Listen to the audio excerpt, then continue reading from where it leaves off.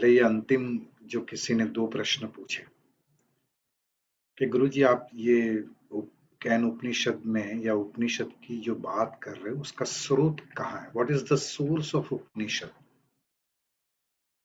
ये कहाँ से उपस्थित हुए? तो गुरुजी ने ये बताया कि 4 वेदास है मुख्य, हम सभी जानते हैं, साम वेद, यजुर्वेद, ऋग्वेद।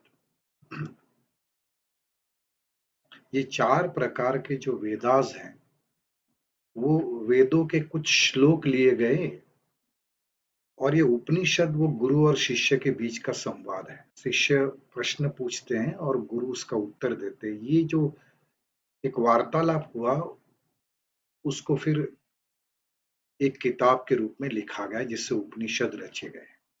लेकिन वेदास जो 4 हुए ना, वो वेदास वो कोई प्रश्नोत्तरी के रूप में वो ज्ञान नहीं आया। जब अपने ऋषि लोग गहरे ध्यान में जाते थे ना, तो आज दोपहर को जो मैं बात कर रहा था कि आप जब पोल और खाली होके कॉन्सेप्ट से परे चले जाते हो तो ज्ञान अपने आप उपजता है। और समाधिस्थ स्थिति में बहुत सारा ज्ञान अपने आप उपजता है। अपने ऋषि मुनि कोई कॉलेज यूनिवर्सिटी में नहीं गए, फिर भी इतने शास्त्र लिख दिए। तो जितने भी वेदास हुए, ये वेदास ऋषियों के अनुभव का संकलन है, दैट्स इट। वो कोई उसका ऑथर नहीं है। सभी ने अपने अनुभव बांटे और वो जिनको बांटे उन्होंने वो ज्ञान कहीं ना कहीं संभाल के रखा और उसको हम वेद गिनते हैं। जबकि उपनिषद वो गुरु शिष्य का संवाद है। तो आज गुरु जी एक बात कर रहे थे, ये आयुर्वेद भी हमारा जो ये भारत का है आयुर्वेद, ये शास्त्र भी डाउनलोड हुआ हुआ है। आपको पता है, पहले भारत जियोग्राफिकली बहुत बड़ा हुआ करता था। आज हमारा पंजाब आधा पाकिस्तान में है, आधा इधर है। तो उस जमाने में ये ऋषि लोग ईयरली वंस, एक साल में एक बार वो लोग गैदरिंग होती थी उनकी। और उस समय करंट जो भी पॉपुलेशन को या उस समय की जो जरूरत होती थी उसको लेके वो लोग संकल्प करते थे कि ये काम या ये जरूरत हम पूरी करेंगे। तो एक साल ऐसा हुआ कि लोग काफी बीमार रहने लगे, अस्वस्थ रहने लगे। तो उस गैदरिंग में उन्होंने ये तय किया कि हम सारे लोग एक संकल्प के साथ ध्यान में जाएंगे कि हम कुछ हर्ब्स यानी औषधि ये सबके स्वास्थ्य ठीक करने के लिए खोज सके, डिस्कवरी कर सके। तो उस संकल्प के साथ 88,000, 88,000 ऋषि एक साथ ध्यान में बैठने वो बैठे। तो उस समय भारद्वाज नाम के एक ऋषि जी थे, आपने नाम सुना होगा। उनको ये कहा गया कि आप ध्यान नहीं करोगे, आप आंखें खुली रखोगे। क्यों? कि बोले हम गहरे ध्यान में जब जाएंगे तो जैसे कृष्ण भगवान के अंदर से चौथा डायमेंशन शिव जी ने वो गीता कही, इसी तरह जब हम तुरीय अवस्था में ध्यान में डूबेंगे तो हमारी ओर से ऐसी स्फुरना उस रूप में ध्वनि निकलेगी जिसको आपको लिखना है। क्योंकि हम ध्यान में होंगे, हम तो सुन ही नहीं पाएंगे, कोई और चेतना बोलेगी। तो भारद्वाज जी को स्पेशल ये जिम्मेदारी दी गई और वो 88,000 ऋषिस मेडिटेशन की गहराई में गए, समाधिस्थ हुए। और जो वो लोग बोलते गए गहरे ध्यान में, वो चेतना से जो ध्वनि निकली, वो कहते भारद्वाज जी ने डिक्टेट की और उसी से आयुर्वेद बना। यानी इतने हजारों साल पहले का आयुर्वेद आज भी, मतलब हृदय के लिए कौन सी हर्ब्स हैं, ब्रेन के लिए कौन सी हर्ब हैं, आप में खून की कमी है तो कौन सी हर्ब उपयोगी है, वो हजारों साल पहले अपने आयुर्वेद में लिखा है इस तरह। यानी सचमुच आश्चर्य होता है कि यहाँ हम जिस भारत में जन्म लिए भूमि, ये वैदिक ट्रेडिशन की भूमि और कितनी रिच कल्चर यहाँ की रही है। तो गुरुजी यही बता रहे थे। तो किसी ने पूछा, गुरुजी अंदाजित कितने साल पुरानी ये सब बातें हैं, वेदास और ये सब उपनिषद? बोले एग्जैक्टली तो नहीं पता, लेकिन 10,000 ईयर्स बिफोर, 10,000 से भी ज्यादा साल। तो कुछ प्रश्न थे वैसे आपको समझ में तो आ ही गए होंगे। तो जब अलग अलग योनियां बताई, मनुष्य के बाद बॉडी छूटती है तो पितृलोक आता है, उसके बाद किन्नरों की योनि है, गंधर्व की योनि है, यक्षों की योनि है, देवी देवताओं की योनि है, उसके ऊपर गुरु और सिद्धा। तो किसी ने पूछा कि जैसे यक्ष, किन्नर और गंधर्व वो आत्माएं शरीर में आती है या शरीर के रूप में आती है, क्या इस तरह सिद्धा या गुरु भी आते हैं? तो बोले गुरुजी, बोले सिद्धों को तो आने वो नहीं आते, वो सटल फॉर्म में ही रहते, लेकिन गुरु होते ही शरीर धारण करके आते हैं हमारे लिए। जैसे श्री रविशंकर जी है, वो शरीर धारण करके आए हैं जिससे वो हमारा उद्धार कर सके या हमें यह एहसास करा पाए कि हम भी वही हैं। लेकिन मैं ये कहता हूं अनुभव से कि वो जो लिबरेटेड सोल्स है ना, उनके पास चॉइस रहती है कि कब बॉडी लें और नीचे जाकर थोड़ा खेल खेल के वापस पेविलियन में लौट जाए। ये चॉइस रहती है, because they are liberated souls. वो मोक्ष प्राप्त किए हुए आत्मा होते हैं। They are so contented.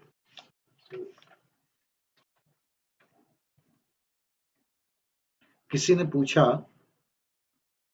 गुरुजी क्या आपको लगता है आइंस्टाइन गंधर्व थे?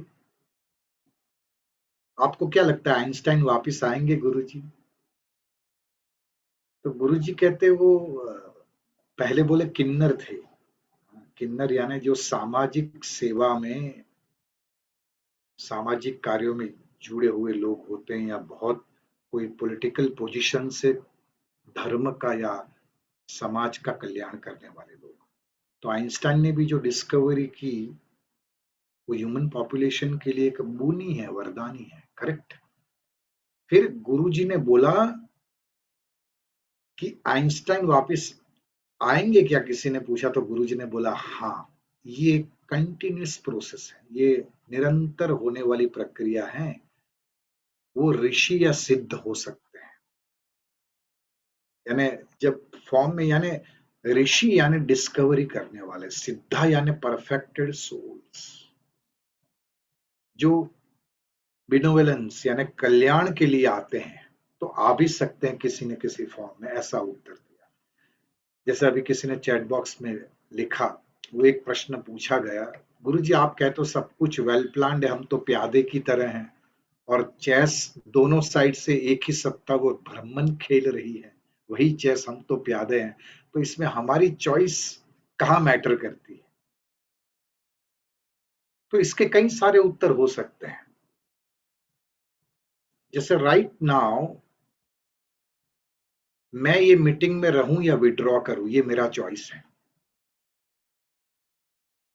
ह्यूमंस को इंटेलेक्ट दी गई, बुद्धि दी गई, और बुद्धि के साथ एक फ्रीडम भी दी गई। आप देखिए, we have freedom, we have choices, and we have freedom also whether I have to choose this one or I want to choose this one. I have that choice, I have that free will.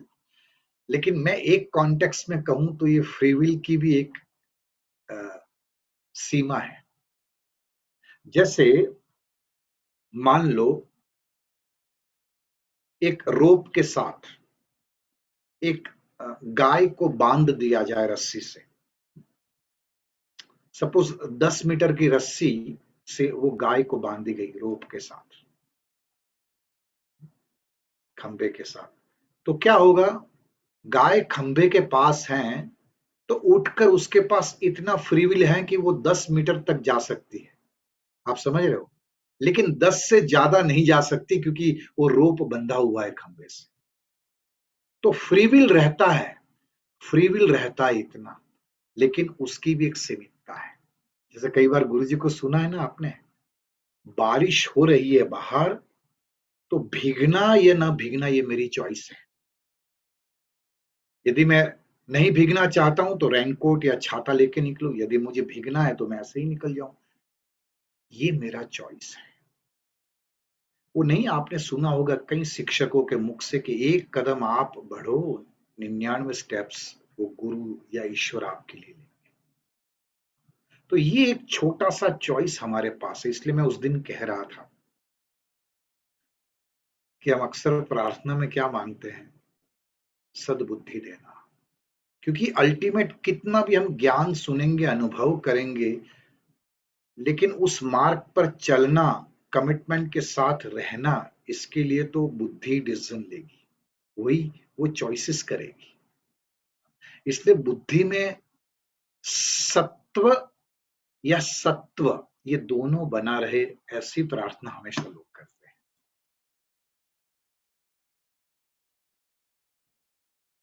किसी ने ये बहुत सुंदर, गुरुजी क्या आप Jesus के अवतार हो?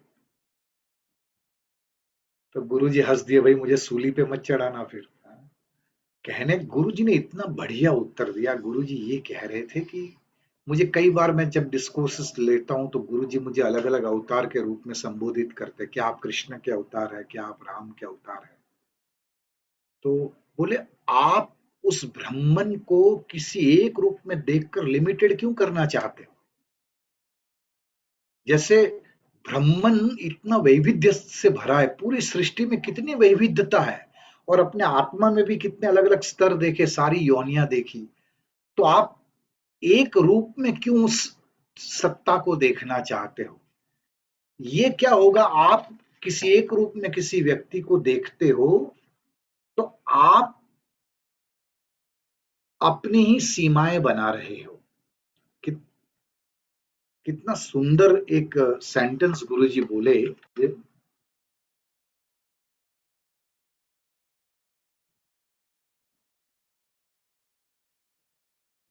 आप मुझे कहते हो कि मैं किसी देवता का अवतार लगता हूं। तुम्हारा ऐसा सोचना तुम्हारा अपनी चेतना की स्मृति शक्ति को सीमित करता है। मैं सब कुछ हूं, मैं ब्रह्म हूं, और ब्रह्म किसी भी एक नाम, उसके जीवन काल या रूप से बहुत विशाल है। आप मुझे जीसस के रूप में देखोगे तो जीसस ह्यूमन फॉर्म लेके आए थे, कुछ साल रहे, और एक सीमित लोगों तक उन्होंने ये संदेश दिया। यदि आप मुझे जीसस कह रहे हो, यानी आप मेरी सीमा बांध रहे हो। तो मेरे अंदर भी ब्रह्मन को आप लिमिटेड कर रहे हो, और आप भी ब्रह्म हैं, आप ब्रह्म होकर उस सीमितता से मुझे देख रहे हो। तो बोले नहीं, यह कोई अवस्था नहीं है। कृष्ण ने गीता में बोले, मैं गीता पर कभी व्याख्यान करूंगा तो बोलूंगा, हम सब ने तो गीता सुनी हुई है। तो उसमें कृष्ण भगवान विभूति योग में क्या कहते हैं? भाई तुम्हें कोई अच्छी आवाज सुनाई दे रही है ना, तो वो आवाज भी मैं ही हूं। कोई आपको सुंदर दिख रहा है तो वो सुंदरता भी मैं हूं। यानी जहां पर भी मन आकर्षित होके भागता है, वो आकर्षण ही मैं हूं। यानी आप ब्राह्मण को किसी एक रूप में या एक सीमितता में नहीं बांध सकते, गुरुजी ये कह रहे थे। जब तुम अपना ध्यान इस पर केंद्रित करते हो कि तुम वही हो, तुम ही पूर्ण ब्रह्म हो, तुम अपनी चेतना को किसी विशिष्ट नाम या रूप तक सीमित करने की अपेक्षा यह महसूस करो कि तुम्हारी चेतना समय से अप्रभावित है, अबाधित है। जीसस तो एक काल में आके चले गए, कृष्ण, लेकिन आप वो एक ऐसी चेतना है न, जो थी, है और रहेगी। आप समझ रहे हो बात को? So don't limit my self also, and don't limit your self also. तुम न शरीर हो, नहीं मन, तुम वो कॉन्शियसनेस हो, तुम आत्मा हो।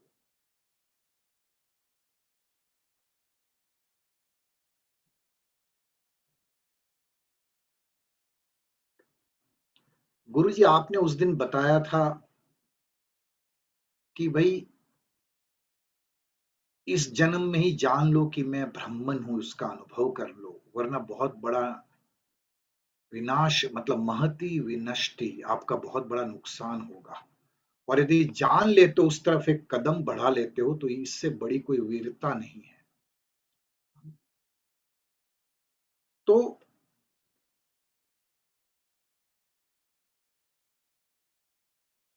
क्या आत्मा का स्वभाव ही अमर होना नहीं है?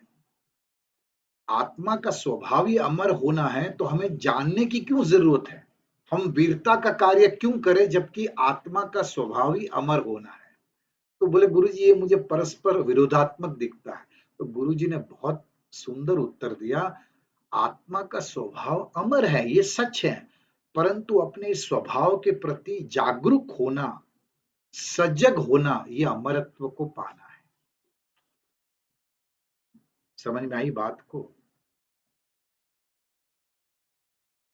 भाई, होटल में जाते हो तो मेनू कार्ड देख के ही पेट नहीं भर जाता, आपको ऑर्डर से मंगवाना पड़ता है और फिर पेट में डालना पड़ता है, तब जाके पेट भरता है। भाई, आत्मा तो अमर है, पढ़ा है, सुना है, लेकिन अनुभव करते हो जानकर, तो फिर आप रियल सेंस में वो अमरत्व को जीते हो। Are you getting me what I am saying? वो खाली शब्द नहीं रह जाते, वो आपका अनुभव बन जाता है।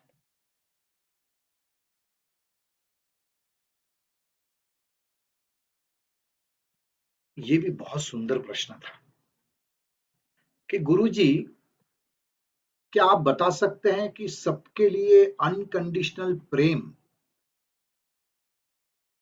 हमें ये ब्राह्मण को समझने में कैसे सहायक होगा? आप अनकंडीशनल प्रेम की बात करते हो, तो वो कैसे कोऑपरेट करता है ब्राह्मण को समझने में? तो गुरुजी ने बहुत अच्छा उत्तर दिया। देखो, आप जब भी प्रेममय स्थिति में होते हो ना, आप अपने आप को भी देखना, जब भी हम प्रेममय अनुभव करते हैं, आपकी चेतना में कोमलता आती है, सॉफ्टनेस आती है। आप बड़े तरल, सहज, हल्का, विस्तृत, अपलिफ्टेड, सुगंधित, ये सब महसूस करते हो जब आप प्रेममय होते हो। आप देखना, जब भी अकड़पन हावी हो जाता है ना, भीतर कुछ कठोर बनता है, टाइट हो जाता है, स्टिफ हो जाता है। और जब भी कुछ स्टिफ होता है, हम सीमित महसूस करते हैं। तो सीमितता में ब्राह्मण को कैसे समझ पाओगे, कैसे अनुभव कर पाओगे? इसलिए अनकंडीशनल प्रेममय स्थिति में ब्राह्मण को अनुभव करना, उसको समझना बड़ा आसान है। काफी लोग ने अपने अनुभव में लिखा है कि सचमुच मैं ज्ञान को समझ पाया जब गुरु जी ने व्याख्यान किया। ये इसलिए सब कई बार सुना होगा, लेकिन जब चेतना कठोर होती है ना, तो इसी ज्ञान को समझना थोड़ा चैलेंजिंग हो जाता है। लेकिन चेतना ऑलरेडी प्रेममय हो, तो ये बातें सीधी शहद की तरह अंदर उतर जाती है। करेक्ट, ये बात कर रहे हैं गुरु जी। इसी के अनुसंधान में एक और प्रश्न किसी ने पूछा कि गुरु जी, लोग खुश मिजाज बनने के लिए क्यों कहते हैं? तो वही, जब तुम खुशनुमा होते हो और तुम्हारी चेतना तनाव मुक्त होती है, तो तुम उत्तम अवस्था में होते हो। जब आपके मन में शिकायतें चल रही हैं, तो आपकी चेतना स्कैटर्ड भी होती है और लिमिटेड भी होती है। जब आप खुश मिजाजी या प्रेममय होते हो, तो चेतना अपने मूल स्वभाव में लौटती है, एक हल्कापन, एक तरलता आती है, और समझना या अनुभव करना ब्राह्मण को आसान हो जाता है। बोले, गुरुजी कहते हैं, मैं ये नहीं कहता हूं किसी से प्रेम करो, प्रेममय हो जाओ। प्रेममय होना, बोले, ये गुलाब के साथ प्रेम को क्यों जोड़ा गया? जब भी किसी को आप प्रेम करते हो तो रेड रोज देते हो, I love you so much करके, है? क्योंकि जब प्रेममय अवस्था में होते हो ना, आप भी फूल की तरह हल्के फुल्के और खुशबू बिखेरने वाले बन जाते हो। इसलिए प्रेम को गुलाब या रोज के साथ जोड़ा गया। आपने महसूस किया होगा, प्रेम वो कोई एक्ट नहीं है। कई बार हम प्रेम को खाली एक एक एक्ट मानते हैं, क्रिया मानते हैं। नहीं, प्रेम वो हमारा अस्तित्व है, वो एक स्थिति है। बोले गुरुजी, बोले, जब आप बहुत गहरे ध्यान में जाते हो ना, तब आप देखना, आप अनुभव करते हो, इतना एक असीमितता महसूस होती है, और मन इतना स्थिर हो जाता है, जैसे आपने पूरी सृष्टि को उस विशालता में, इस सृष्टि के पूरे सभी लोगों को आपने अपने भीतर समा लिया। ऐसा अनुभव हुआ होगा आपको, कई बार हुआ होगा। जब गहरा ध्यान लगता है, तो ऐसे ही बस दिल से आशीर्वाद निकलते और सभी से हम कनेक्टेड महसूस करते हैं। वो प्रेममय स्थिति है। प्रेम वो कोई एक्ट नहीं है। हाँ, उसकी अभिव्यक्ति कार्य में होती है, लेकिन कई बार कार्य ही प्रेम समझ लेना, ये बुद्धिमानी नहीं। Love is our very existence.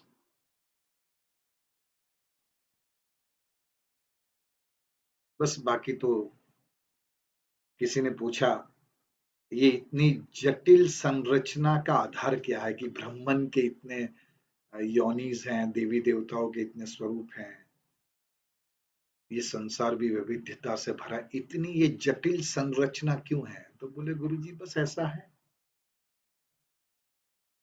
बोले बाकी सबकी छोड़ो, आप शरीर को देखो, शरीर में कितनी कॉम्प्लेक्स सब अलग अलग डिपार्टमेंट्स और स्ट्रक्चर है, सिस्टम्स है, आप देखो ना। कई बार हम मुंह में खाना रखते हैं, लेकिन कई बार उसको बुद्धि से समझने का प्रयास करना कि आप कोई खाना खाते हो, यहां से लेकर हमें नरिशमेंट देकर जो बिन जरूरी होता है वो बाहर फ्लश आउट हो जाता है, और जरूरी होता है शरीर उसको एब्जॉर्ब करके मिनरल्स या जो भी जरूरी होता है वो पोषण द्रव्य ले लेता है। हम इसको लाइटली लेते हैं, लेकिन ये सिस्टम किस तरह काम करता है यदि आप जानोगे ना, यू विल बी अमेज्ड। केवल संसार ही जटिल नहीं है, ब्रह्म जटिल नहीं है, आपका शरीर भी बोले बहुत कॉम्प्लेक्स है। गुरुजी ने फोरहेड का एक एग्जाम्पल दिया है ना। आपने देखा होगा साधु या कई जो आध्यात्मिक लोग होते हैं, यहाँ तीन तिलक, जो हम ऐसा बिंदी की है मैंने, तो कई लोग इस तरह तीन पट्टे ऐसे तिलक के रूप में करते देखा है ना। तो साइंस ये कहता है हमारे फोरहेड के ऊपर तीन तरह के बैक्टीरियाज होते हैं। एक जो भुवों के ऊपर रहते हैं, दूसरे वाले बीच में, और तीसरे वाले उससे भी ऊपर। और ये तीनों बैक्टीरियाज इतने एजुकेटेड हैं कि वो अपनी टेरिटरी में रहते हैं, अपने एरिया में ही रहते हैं। यहाँ का बैक्टीरिया यहाँ नहीं जाता और ऊपर वाला नीचे भी नहीं आता। बोले इतना सिस्टमेटिक ये जटिल सिस्टम है, फिर भी वेल ऑर्गेनाइज्ड है। तो बोले यहाँ नेटिव अमेरिकन या नेटिव न्यूजीलैंडर्स जो मूल निवासी है, अमेरिकन न्यूजीलैंड के मूल निवासी, या भारत में भी आप देखोगे अध्यात्म में बहुत रुचि लेने वाले लोग, और अमेरिकन वो नेटिव अमेरिकन भी ये तीन भस्म के ऐसे पट्टे लगाकर ऐसे तिलक के रूप में वो लोग घूमते हैं। क्यों? कि भाई मेरे बैक्टीरियाज यदि मैं किसी को मिलता हूं तो वो किसी पर ट्रांसफर ना हो जाए। यानी कहने का मतलब ये है, ये सृष्टि इतनी जटिल है, शरीर इतना जटिल है, और ब्रह्म भी वैविध्यता से भरा है। क्यों? जटिल कहो या वैविध्यता कहो, वैविध्यता वो हमारा स्वभाव है। आप देखो, यदि सभी को डोसा पसंद होता तो मेनू कार्ड में एक ही आइटम होती। हाँ, आप होटल में जाते हो, 300 तरह की वैरायटीज मेनू कार्ड में होती है, क्योंकि किसी को बर्गर पसंद है, किसी को पिज्जा पसंद है, किसी को चाउमीन पसंद है, किसी को मैक्सिकन पसंद है, किसी को पंजाबी पसंद है। वैविध्यता वो मनुष्य का स्वभाव है, ये ब्रह्मन जानता था। इसलिए उसने अपने आप को भी एक रूप में नहीं रखा, प्रिज्म से पसार होकर जैसे 7 रंग, और वो 7 रंग के कॉम्बिनेशन और परम्यूटेशन से हजारों रंग। इस तरह मनुष्य का स्वभाव यदि एक सरीखा होता तो जीवन फीका लगता, बेस्वाद हो जाता। ये जीवन को रंगीन और स्वादिष्ट बनाने के लिए ही ये ब्रह्मन ने ऐसा खेल रचा है। ठीक है। सो बस यहाँ पर हमारी जर्नी कैन उपनिषद की समाप्त कर रहे हैं। काफी लोगों ने अपने अनुभव में लिखा भैया नेक्स्ट नॉलेज सेशन कब करोगे। किसी ने, पराग जी ने ये भी कहा कठो उपनिषद की गुरु जी ने बात की, तो वो भी आप नेक्स्ट कब कर रहे हो। आप सभी की इच्छा है ना, तो एक गैप छोड़ते हैं 10 एक दिन का। मैं आपको तारीख भी बता देता हूँ, हम 21 मई से मैं एक सरप्राइज सीरीज गुरु जी के आवाज में शुरू करूंगा, फिर इसी तरह डीब्रीफ करते रहेंगे। एक छोटी सी 2 लाइनें गा के समाप्त करते हैं। जननी जननी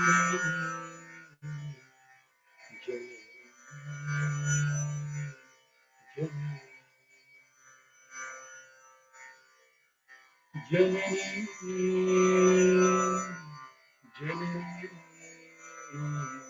जननी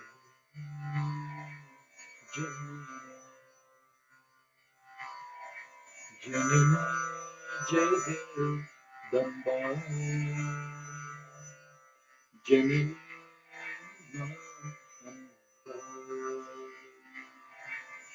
जननी जगदम्बा जननी जननी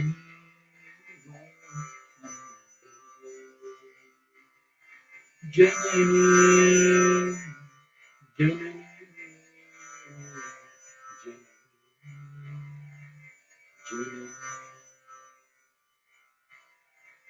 मंजुल भाषिणी मानवतारिणी मंजुल भाषिणी मानवतारिणी मधुरा नायकी मां हे मीनलोचनी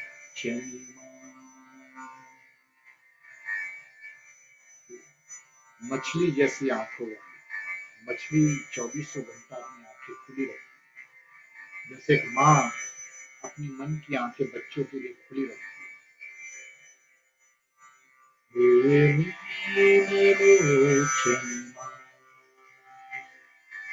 जननी जगदम्बा जननी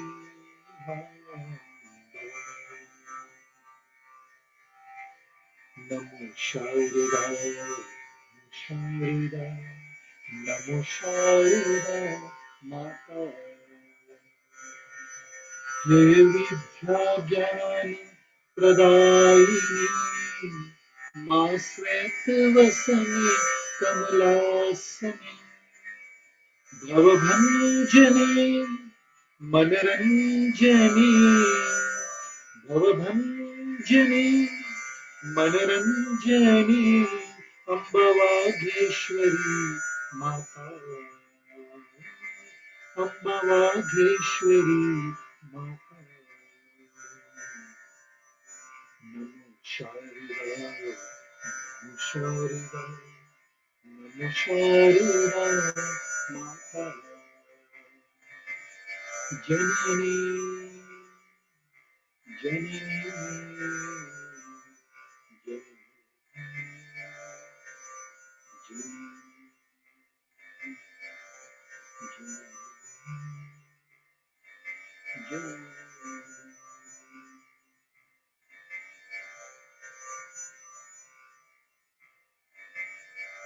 ये नवरात्र में बुद्धि रूपेण संस्थिता